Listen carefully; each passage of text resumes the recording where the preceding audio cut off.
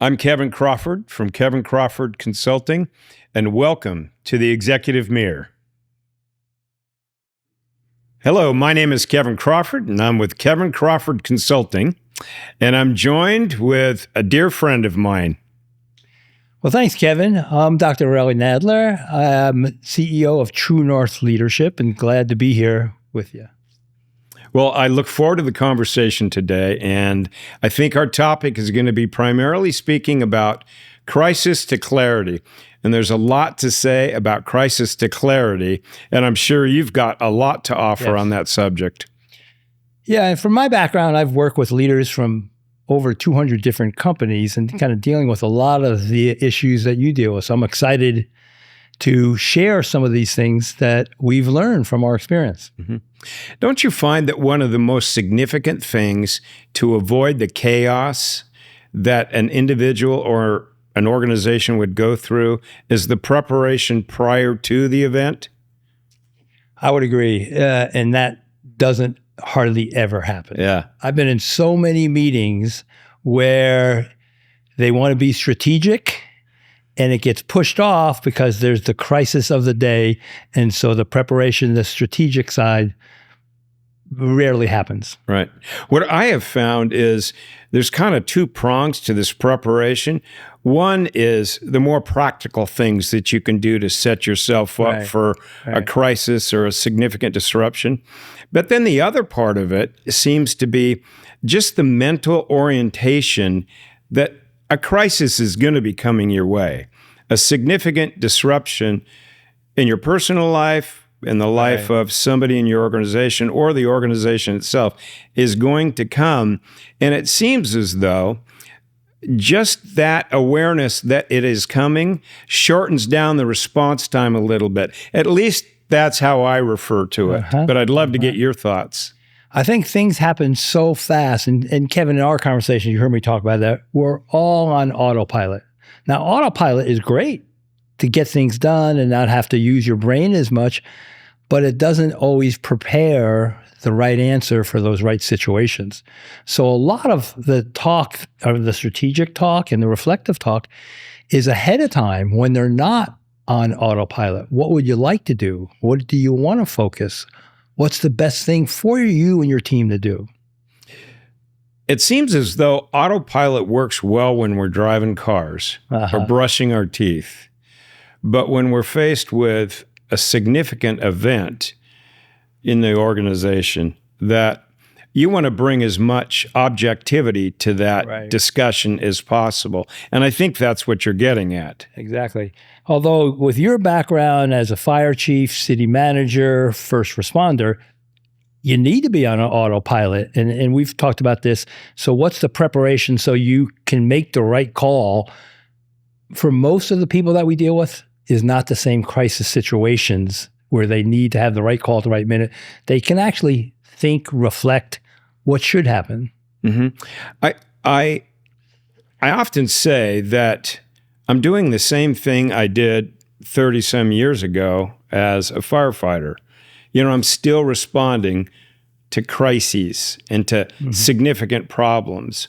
And I needed to have a solution. I needed to bring order to chaos, clarity to chaos, if you will. Same thing in this business now.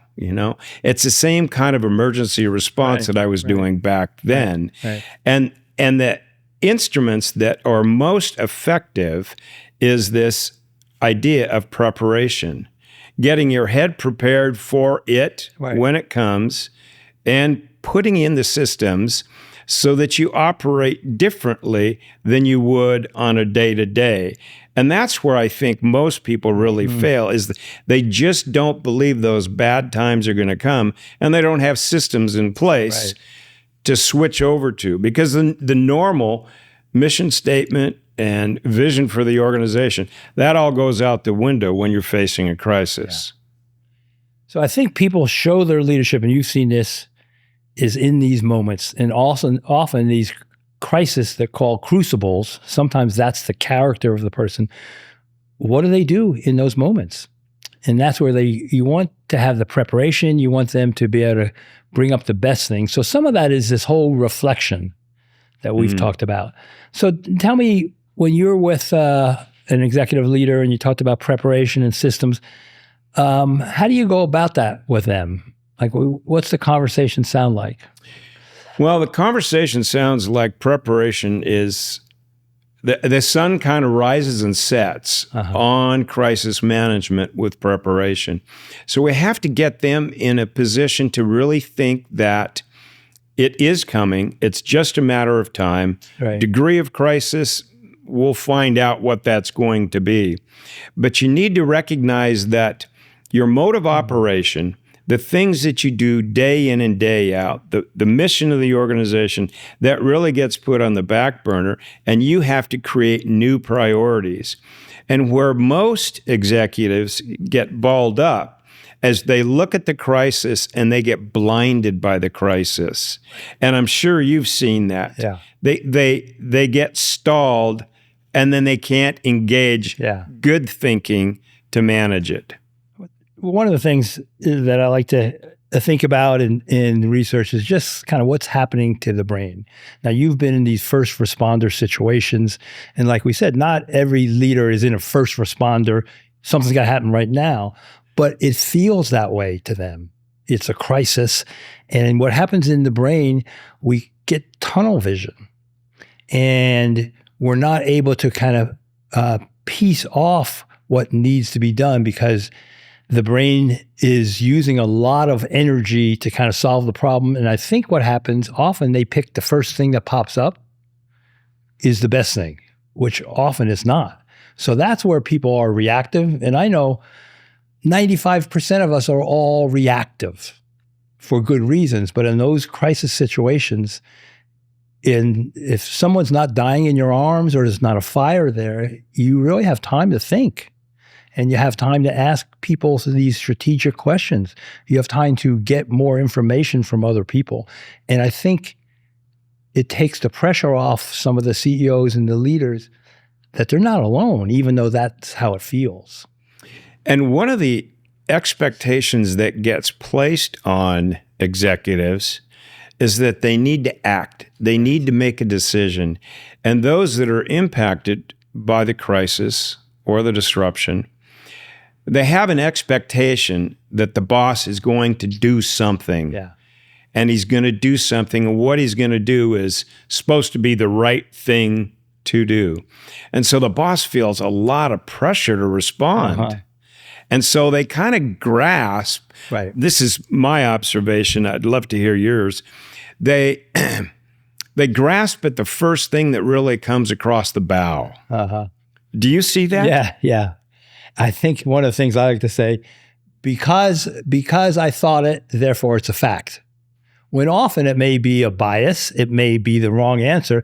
It came to me quick. It's got to be brilliant. And often it's not. I mean, it's an okay idea. This is where the power of the group. And so usually when I work with executive, if it's not a crisis and you don't need an immediate answer, your answer should come at the end. You can say, here's what's in front of us. Here's a challenge. I'd like to hear from everybody and just hold on, gather that intelligence and then respond to that intelligence. That is so brilliant. What I used to say is the CEO's job, or whoever's leading that meeting of executives, their job is to orchestrate. Right. It's not to bring their perspective to the table, but it's to make sure that the brilliance that resides in each individual is brought to the table. And there's a lot of psychology in that room, isn't there? And this is what I love when we talk about this, is that orchestra leader. I'd like to hear from this side. Can you guys hold on a second and bring it together? From the brain neuroscience, how do we align the brains? Our brains are all over the place. So anybody even listening to us now, they're thinking about what we're saying, but they're also thinking about something else. So part of the job of the leader is to align the brains. Even simple things, you were talking about, being involved with an organization the last few days. What is it that we're talking about now? What's the purpose of this conversation? Even that, often people are having different opinions. So that alignment of the brains, and that's where I think some of the synergy can happen. Do you also find it important I always felt that it was important that I do my best to get all their psychological baggage as best I can left at the door. And that's a difficult thing to do because it's their psyche, it's their head to manage. But those little things that I can do to make them feel at ease and comfortable puts them in a place where they're not going to be leading with the mask that their psychology, their head, kind of is asking for. Does that make sense? Oh, it definitely makes sense. Do I have that right? I think you have it right, but you got me thinking, so how do you do that? Because that's what's fun about this conversation. How do you get them to put that outside the door? And then I'll kind of tell you some of my thoughts. Well, I used to say that every one of my direct reports got their own strategic plan. Oh. And that meant that I had to understand what made them tick. Yeah. You know, what they respond to, what they don't respond to, what they like.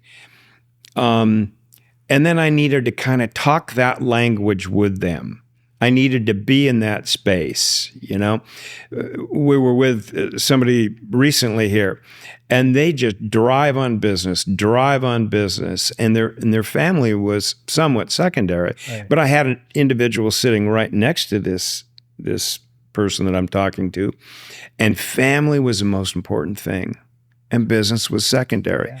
So the language changes, the discussions change, and the more I can get them to feel comfortable in the meeting and comfortable with our dialogue, at least I've quieted down some of the noise in the head that would keep them from bringing their brilliance to the table. Well, and I think what's behind what you're saying, Kevin, you know them. You know their strengths. You know their weaknesses. You know their family. You know the connection points. And so this whole thing that's in the literature about psychological safety, they feel safe with you. They're not in that meeting, let me show Kevin what I think, or let me show my peers how much I know. And that's where you get the egos, you get the hidden agendas.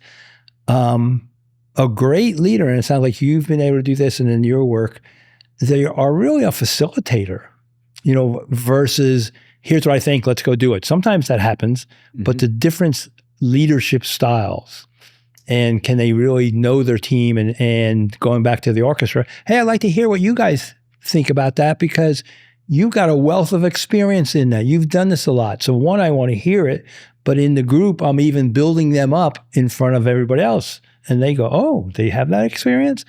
I want to hear that from Kevin when I speak. Right. I remember thinking, as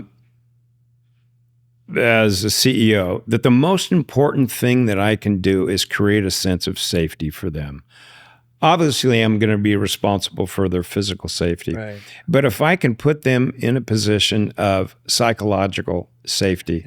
So my job was to really, influence the environment as best I could so they'd be in that psychological safe place. And I guess that's because generally we're all somewhat fearful. And we're concerned about self-preservation in everything that we do, physically and psychologically. Do I have to prove myself? Am I trying to prevent somebody knowing something about me? All these kind of aspects of the person are there. And a really good leader spends the time getting to know them. And I imagine, Kevin, that you do this. And what's the most important? One of the most important interventions you can do as a leader is a one-on-one meeting, and Gallup tells us this also, once a week. Minimum 15 minutes. But that's where not only when you talk about the task, what did you get done, but hey, you were out last week, or I know your kids were sick, or I know someone on your team, you're looking for a replacement. How is that going? If you don't have those conversations, and what I find now, people are too busy to have that. It's about connection, isn't it? Definitely. What happens with connection of two people? Yeah. I think in simple terms, they feel seen, they feel honored, they feel respected, and so their guard is down. And you and I have talked about the value of vulnerability. I don't have to have my best face on, my mask on when I talk to Kevin. I can say, I'm having a challenge with this, and you're not going to judge me, but you're going to say, well, tell me more about it. Tell me about the challenge. How do I partner with you about your challenge? Right. So it removes that mask that most of us we all have on quite a bit of the time, I'm guessing. Yeah. And that's where I think a leader and their vulnerability, it's a buzzword now, this vulnerability, but you and I both believe in that. And what does that look like? The leader just has to be able to say, I'm not sure about this, or this is a challenge, or I need some of your help. Doesn't mean I'm saying, hey, look how weak I am. You don't always have to exaggerate your weakness, but it's that sense of, I need you guys. I need your help. Here's a problem I'm having a hard time solving. Those are all vulnerability statements. It's not like you have to open your, robe and show weaknesses. It's how do you do that in a strategic way? Right. And I've believed that your leadership competencies can coexist with a sense of vulnerability. But vulnerability, while it takes great courage to show that kind of risk, is really the secret sauce of leadership. Because it creates that connection, I suppose. Exactly. And I love when you talk about the secret sauce. And it's the vulnerability aspect. And because I don't think a lot of leaders experience that or understand it as well, as you're saying it. And it is that connection. So when I'm like now, we're experiencing it. And so what's happening now, you and I feel heard and we're releasing oxytocin. This is kind of this neurotransmitter when you just feel good. It's trust. And so oxytocin, serotonin, like we all have it, but we can't put a name on it. It's going on in the body. I don't know. I kind of like Kevin. I kind of like talking to him. Yeah. But internally, these chemicals are getting activated. Why trust is so important for a leader to generate trust. And I think what's happened often, they're so task focused that they don't have the time even for any of the small talk, 5 minutes, tell me what's going on for you. Right. Everything does move at the speed of trust, doesn't it? Yes, exactly. For more information, contact Kevin, CrawfordConsulting.com.